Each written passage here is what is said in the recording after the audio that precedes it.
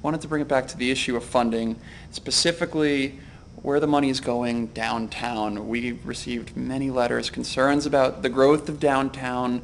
One question specifically about the Heers Building downtown. Sandy wrote in and said the Heers Building past its prime. Yes, it was once a beautiful landmark, but now it's ugly, decaying, and maybe even dangerous. We've spent far too much taxpayer money propping up the failed efforts. These developers, let's cut our losses, say goodbye, and find a new way to make use of this space. And I wanted to bring it to Anne Marie, what you're seeing.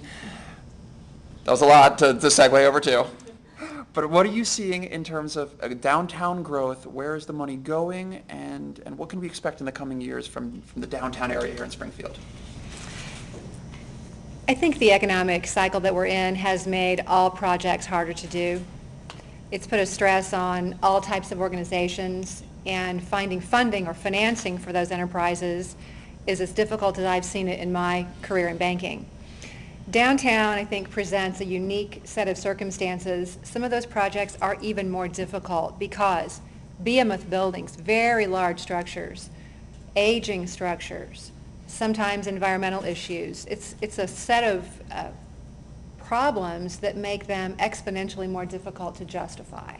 So you are seeing some entrepreneurs succeeding downtown. Smaller scales, easier to do, and that's exciting, and they can be catalysts for other entrepreneurial efforts. But these large buildings and large projects, we obviously haven't found the right project yet.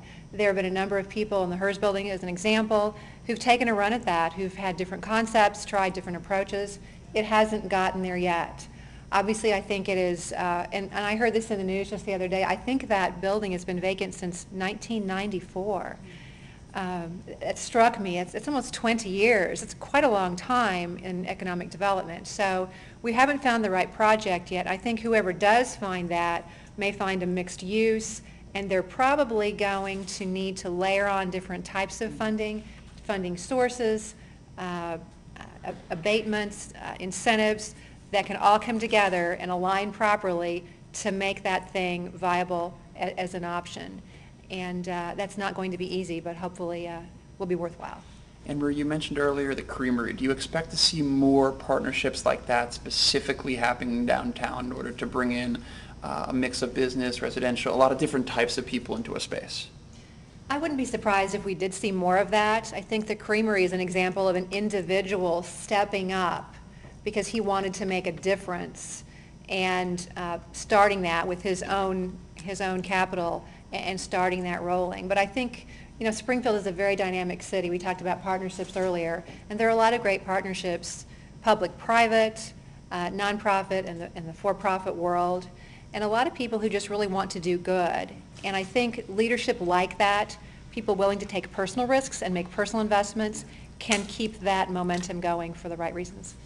Fred, what is the city doing to try to incentivize entrepreneurs and businesses to come, and also residents to come live downtown, work downtown, play downtown? Well, you know, the first role of the government is probably in infrastructure, and I think the city has really dedicated a great deal to infrastructure downtown. Streetscape, what's just been done with the square to attempt to revitalize that. Traffic, additional security and police protection. We have a number of programs that will assist with abatement.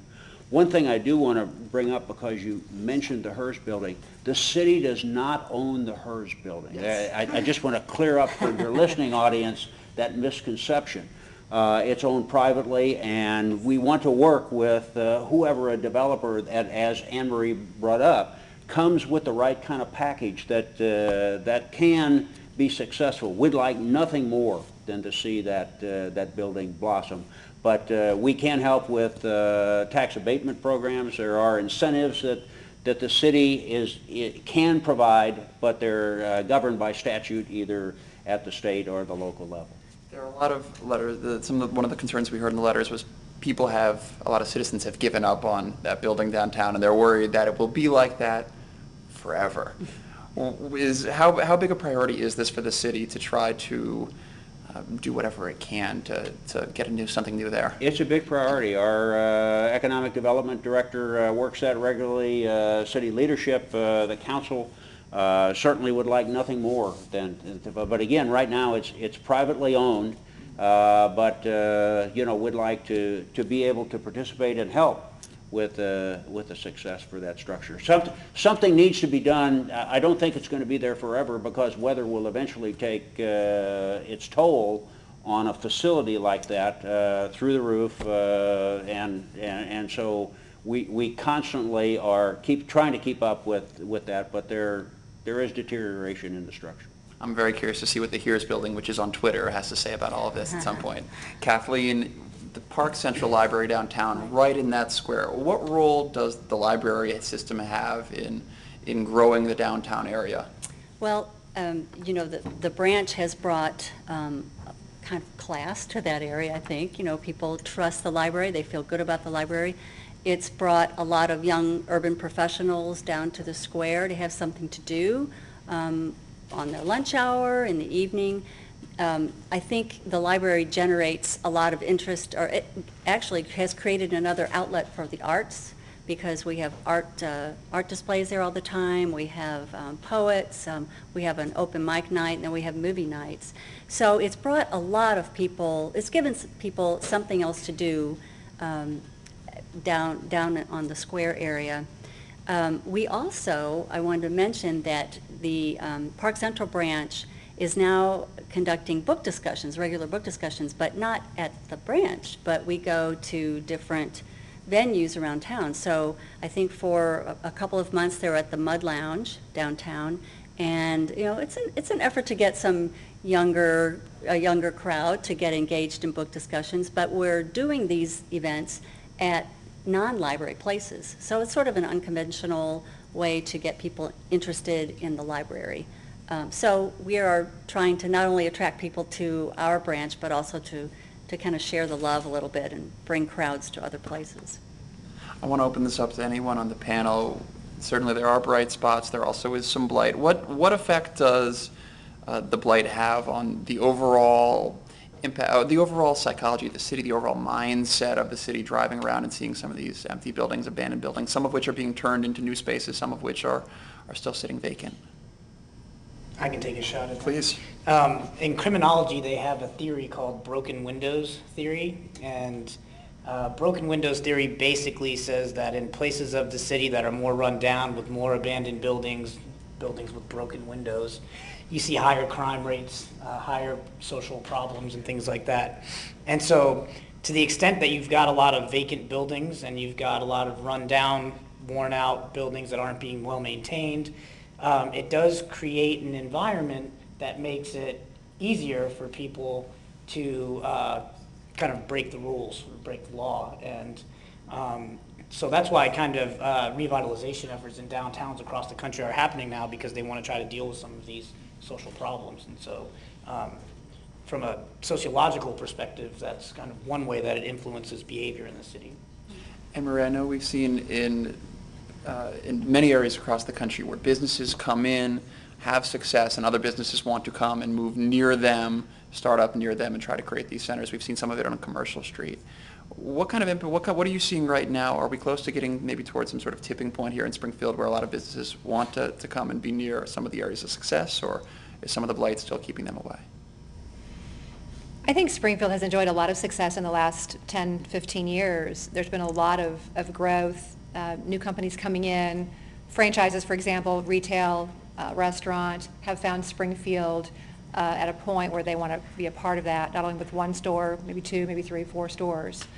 And that's a positive. From a manufacturing standpoint, I think the greatest asset that we have is our skilled workforce. We are known for having a good work ethic, a generally skilled workforce, and that's very attractive to a lot of manufacturers or even service centers who want to locate somewhere new. And Springfield, in partnership with city, county, tries to be very competitive in bringing them in. So I think as we develop an affinity in certain types of segments, we have a trained workforce in the field of X. I think there is some synergy with other companies wanting to come in and tap into that labor force. And labor is really what it's going to be about. Please, Fred.